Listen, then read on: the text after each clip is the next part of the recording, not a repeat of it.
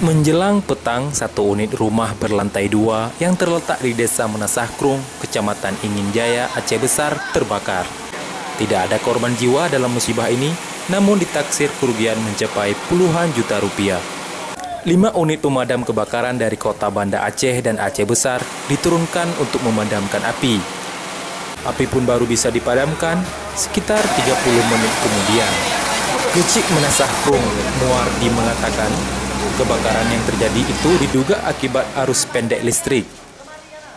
Orang nggak ada di rumah, penghuninya di rumah, dan nampaknya berhenti listrik nampaknya. Penyebab listrik. Cuma untung ada banyak masyarakat yang membantu bawa air ke kamar. Habis itu baru datangkan pemadam kebakaran dari Kota Madia. Pada saat bersamaan, pemilik rumah sedang tidak berada di tempat. Saat terjadi kebakaran, warga yang berada di sekitaran rumah tersebut ikut membantu, sehingga api pun cepat berhasil dipadamkan. Setelah api berhasil dipadamkan, beberapa warga membersihkan rumah dari sisa-sisa kebakaran. Nandar melaporkan untuk MGC News.